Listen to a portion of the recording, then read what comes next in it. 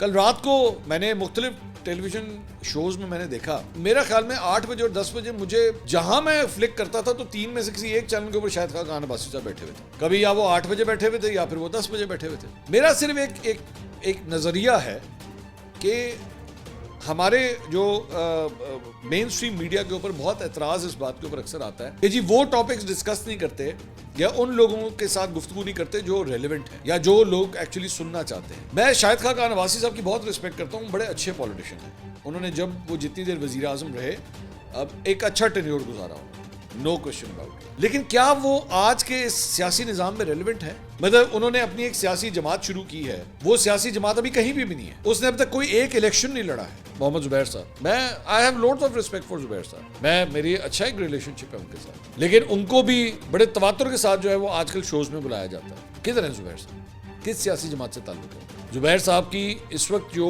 Relevancy है वो सिर्फ ये है कि former governor Sindh, that's it. Mian Javed Latif एक और इररिलेवेंट इंसान, हार चुके हैं, इलेक्शन हार चुके हैं, कोई लेना देना नहीं है। ना नून लीग घास डाल रही है, ना कोई और सियासी जमात घास डाल रही है, ना एस्टेब्लिशमेंट घास डाल रही है। सिर्फ अगर कोई घास डाल रहा है तो मीडिया घास डाल रहा है।